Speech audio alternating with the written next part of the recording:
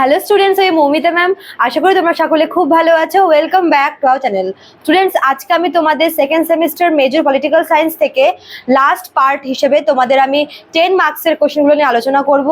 এর আগের ভিডিওতে আমি তোমাদের 3 মার্কসের এবং 6 মার্কসের কোশ্চেন আলোচনা করেছিলাম। আজকে আমি তোমাদের 10 মার্কসের কোশ্চেনগুলো নিয়ে আলোচনা করব। তোমরা ভিডিওটি স্কিপ না করে পুরোটা শেষ পর্যন্ত দেখবে। আশা করি তোমাদের ভিডিওটি হেল্পফুল হবে এবং তোমরা যারা আমাদের কাছে এখন অনলাইনে পড়তে চাও, যারা অ্যাডমিশন নেবে, তারা আমাদের হেল্পলাইন নাম্বারে যোগাযোগ করতে পারো। আমাদের হেল্পলাইন নাম্বার দুটো রয়েছে, একটা হচ্ছে 6295916282, আর একটা হচ্ছে 7076398606। ঠিক আছে, দেখো দেওয়াও আছে এখানে। এবং আমাদের যেটা কোর্সের ডিউরেশন সেটা হচ্ছে 6 মান্থের। তোমরা যারা এখন অ্যাডমিশন নেবে তোমাদেরকেও কিন্তু 6 মান্থের সব নোট আর কি প্রোভাইড করা হবে। এবং তোমরা যারা অ্যাডমিশন নেবে তোমাদেরকে পে করতে হবে 999 টাকা, যেটা আমাদের শুরু থেকে ছিল, এখনো ওটাই আছে। এবং তোমরা এখন অ্যাডমিশন নিলে কিন্তু একদম লাস্ট যে 6 মান্থে আমরা যেই নোটগুলো দিচ্ছি সবগুলো কিন্তু তোমরা পেয়ে যাবে। ঠিক আছে, চলো দেরি না করে শুরু করে দিই আজকের টপিকটা। দেখো, তোমাদের আমি second semester major political science থেকে 10 মার্কসের, মানে তোমরা না যখন তোমাদেরকে আমি বলবো, দেখবে যে 10 মার্কসের সঙ্গে তোমাদের 6 মার্কসের কিছু কানেকশন আছে। হ্যাঁ, মানে সিমিলার কিছু কিছু আছে কিছু কিছু ক্ষেত্রে। ঠিক আছে, তো এক্ষেত্রে মানে তোমাদের যেটা করতে হবে সেটা হচ্ছে, তোমাদের মনে করো যে এমনও হতে পারে যে 10 মার্কসের কোনো একটা কোয়েশ্চেন 6 মার্কসে চলে আসলো। যেহেতু নাম্বারগুলো কাছাকাছি, তাহলে তোমরা কিন্তু ওই 10 মার্কসেরটা 6 মার্কস হিসেবে লিখতে পারো, আবার 6 মার্কস তোমরা 10 মার্কস হিসেবে লিখতে পারো। ঠিক আছে, যদি তোমাদের পরীক্ষা এরকম করে দেয়। ঠিক আছে, তো তোমরা সেভাবেই পড়বে আমি আশা করি। চলো দেরি না করে শুরু করে দিই। তোমাদের প্রথমে বলেছে যে discuss in brief the composition and objectives of the constituent assembly of India.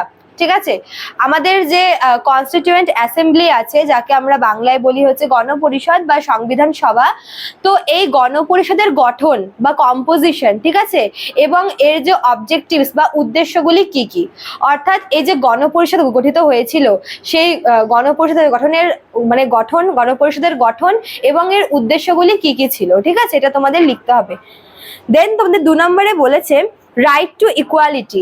আমাদের কনস্টিটিউশনে রাইট টু ইকুয়ালিটি, যেটা হচ্ছে আমাদের ফান্ডামেন্টাল রাইটসের মধ্যে পড়ে, যেগুলো আমাদের 6টি রয়েছে, তার মধ্যে প্রথম তোমাদের রয়েছে হচ্ছে রাইট টু ইকুয়ালিটি। ঠিক আছে, তো এই রাইট টু ইকুয়ালিটির মধ্যে কিন্তু অনেক রকমের আর কি রাইটস রয়েছে। ফর এক্সাম্পল হচ্ছে তোমার এই যে আনটাচেবিলিটি, ঠিক আছে, এটা অ্যাবলিশ করার কথা বলা হয়েছে। দেন সরকারি চাকরিতে সমান অধিকারের কথা বলা হয়েছে। তারপর বিভিন্ন হচ্ছে টাইটেল বা বিভিন্ন খেতাব, এগুলো আর কি রদ করার কথা বলা হয়েছে। আইনের চোখে সবাইকে সমানভাবে মান্যতা দেওয়া হয়েছে। এগুলি তোমাদের রাইট টু ইকুয়ালিটির মধ্যে পড়বে। ঠিক আছে, তো তোমাদের এগুলো সবগুলোই কিন্তু অল্প অল্প করে লিখতে হয়, যদি তোমাদের ব্রড কোয়েশ্চেন হিসেবে আসে 10 মার্কস হিসেবে। ঠিক আছে, নেক্সট তোমাদের 3 নম্বরে বলেছে powers, functions and position of the president of India.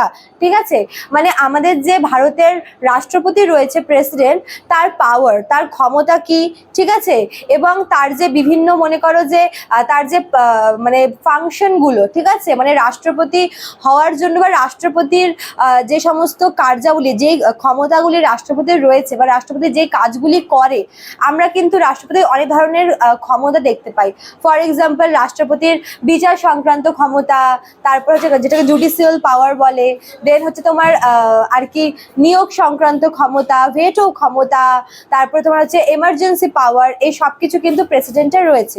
তোমাদের এই সব পাওয়ারগুলো কিন্তু পয়েন্ট পয়েন্ট করে লিখতে হবে। ঠিক আছে, যদি তোমাদের 10 মার্কসের আসে। দেন তোমাদের 4 নম্বরে রয়েছে function and power of Panchayati Raj institution. ঠিক আছে, আমাদের যে পঞ্চায়েত রাজ ব্যবস্থা রয়েছে বিভিন্ন রুরাল এলাকাতে, তো এই পঞ্চায়েত রাজ ব্যবস্থার মানে ফাংশনগুলো কি কি, মানে এই পঞ্চায়েত রাজ ব্যবস্থায় কোন কোন কাজগুলি করা হয় এবং এর ক্ষমতা, এগুলো তোমাদের বলেছে লিখতে। ঠিক আছে, দেন তোমাদের 5 নম্বরে বলেছে method of amending the constitution of India.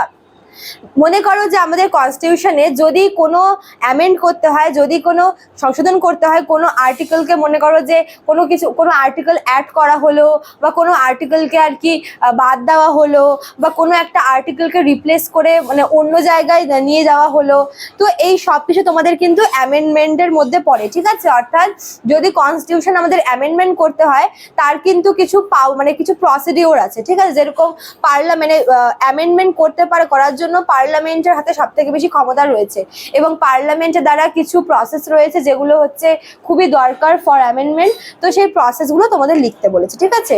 তোমাদের এই কোয়েশ্চেনটা 368 আর্টিকেল বলেও আসতে পারে, যেহেতু 368 আর্টিকেলে কিভাবে হচ্ছে আমরা আর কি কনস্টিটিউশনকে অ্যামেন্ড করব সেটা বলা হয়েছে। তোদের ঘুরিয়ে কিন্তু এভাবেও আসতে পারে, হয়তো আমাদের এভাবে বলতে পারে যে 368 আর্টিকেল, ডিসকাস দ্য 368 আর্টিকেল, অথবা বলতে পারে যে কিভাবে আর কি কনস্টিটিউশন অ্যামেন্ডমেন্ট হয়। অ্যামেন্ডমেন্ট কথাটা মাথায় রাখবে, ঠিক আছে।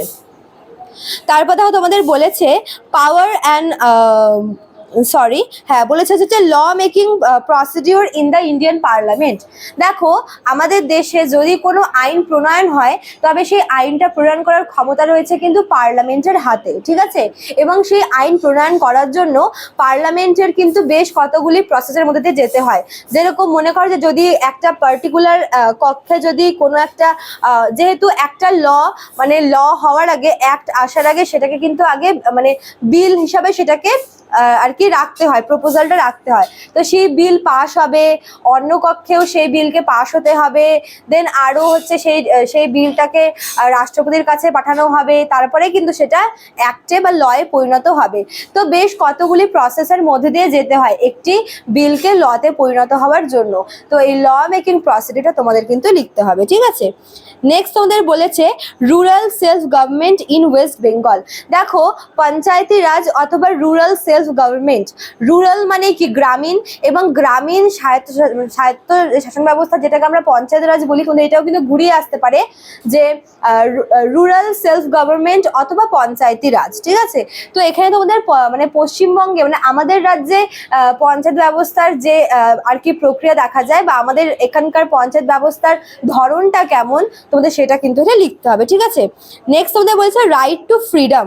আর রাইট টু ফ্রিডম মানে কি আগেরটা কি ছিল, রাইট টু ইকুয়ালিটি, যেটাকে সাম্যের অধিকার বলে।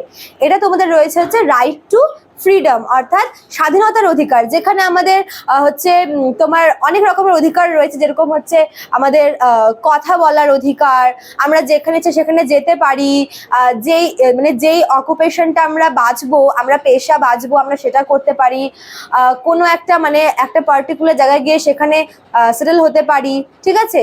তারপর মনে করো যে এই যে নিউজ পেপারগুলো, হ্যাঁ মিডিয়ার যে কথা বলার যে অধিকার, এগুলো সব কিন্তু তোমার রাইট টু ফ্রিডমের মধ্যেই পড়ে, ঠিক আছে। এটাও তোমার ফান্ডামেন্টাল রাইট, তোমাদের এগুলো লিখতে হবে, ঠিক আছে।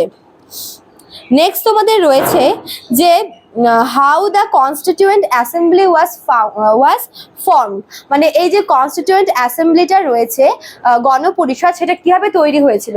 একদম শুরুতে বললাম না যে কম্পোজিশন অফ কনস্টিটিউয়েন্ট অ্যাসেম্বলি। দেখো তোমাদের একটা কোয়েশ্চেন এরকম বারবার করে দেওয়ার একটাই মানে, যেহেতু তোমাদের কোয়েশ্চেন ইংলিশে হবে, তোমাদের অনেকভাবেই কিন্তু আসতে পারে একটা কোয়েশ্চেন, ঠিক আছে। যেমন কম্পোজিশন অফ হচ্ছে constituent assembly, how constituent assembly was formed, এগুলোর কিন্তু অ্যান্সার সেমই, কিন্তু তোমাদের ঘুরিয়ে ঘুরিয়ে অন্যরকম ভাবে দিতে পারে কনফিউজ করার জন্য। ওই জন্যই তোমাদের একটা কোয়েশ্চেন অন্যরকম ভাবে বারবার করে দিয়ে দেওয়া হয়েছে, যাতে তোমরা যেভাবেই দিক না করো তোমরা এক্সামে বুঝতে পারো, লিখতে পারো, ঠিক আছে। তারপর দেখো তোমাদের নেক্সট বলেছে যে power and function of supreme court. আমাদের যে দেশের সর্বোচ্চ আদালত রয়েছে যার নাম হচ্ছে সুপ্রিম কোর্ট, সেই সুপ্রিম কোর্টের পাওয়ার কি কি, সুপ্রিম কোর্টের গঠন, সুপ্রিম কোর্টের কার্যাবলী, এর মধ্যে তোমাদের পড়তে হবে যে সুপ্রিম কোর্টে, দেখো সুপ্রিম কোর্টের সব থেকে ইম্পর্টেন্ট যেটা কাজ সেটা হচ্ছে কি এই মানুষের যে অধিকারগুলি রয়েছে, ফান্ডামেন্টাল রাইটসগুলি, সেগুলোকে কিন্তু রক্ষা করা। এবং এর জন্য সুপ্রিম কোর্ট কি 5 রকমের লেখ বা রিট জারি করতে পারে। এটা খুব বেশি আসে তোমাদের এক্সামে, ঠিক আছে। সুপ্রিম কোর্টের কার্যাবলী যখনই আমরা পড়বো, তো সুপ্রিম কোর্টের দ্বারা প্রণীত এই রিট বা লেখগুলি তোমাদের কিন্তু পড়তে হবে, ঠিক আছে। আচ্ছা নেক্সট দেখো significance of the preamble to the constitution.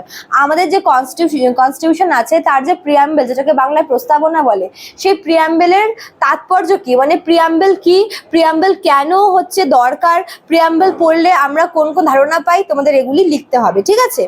দেখো প্রিয়াম্বল তোমাদের শর্ট কোশ্চেন হিসেবে আসতে পারে, সেখানে তোমরা অনলি প্রিয়াম্বল কি মানে ছোট করে লিখতে পারো, তার জন্য আলাদা নোটস দেওয়া হয়েছে। এবং যদি তোমাদের সঙ্গে এটাও বলে যে প্রিয়াম্বলের তাৎপর্য কি, তোমরা কিন্তু সেটাও মানে তোমাদের এটা 10 মার্কসে আসতে পারে তাৎপর্যটা, তো সেক্ষেত্রে তোমরা কিন্তু পুরোটাই তোমাদের লিখতে হবে, ঠিক আছে।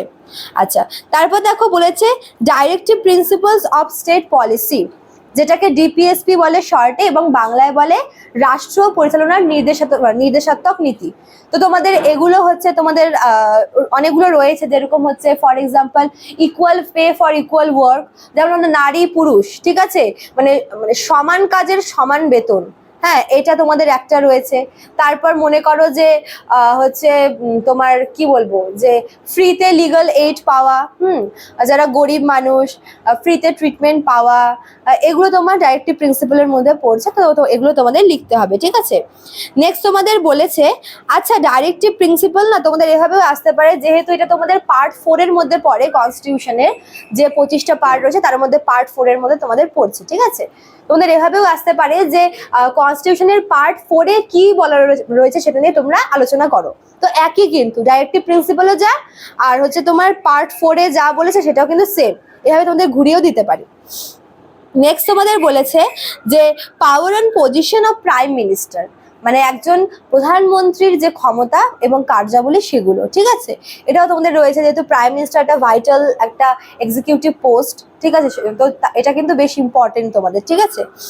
আর তোমাদের লাস্ট রয়েছে power and position of chief minister, ঠিক আছে, মুখ্যমন্ত্রীর হচ্ছে ক্ষমতা এবং কার্যাবলী।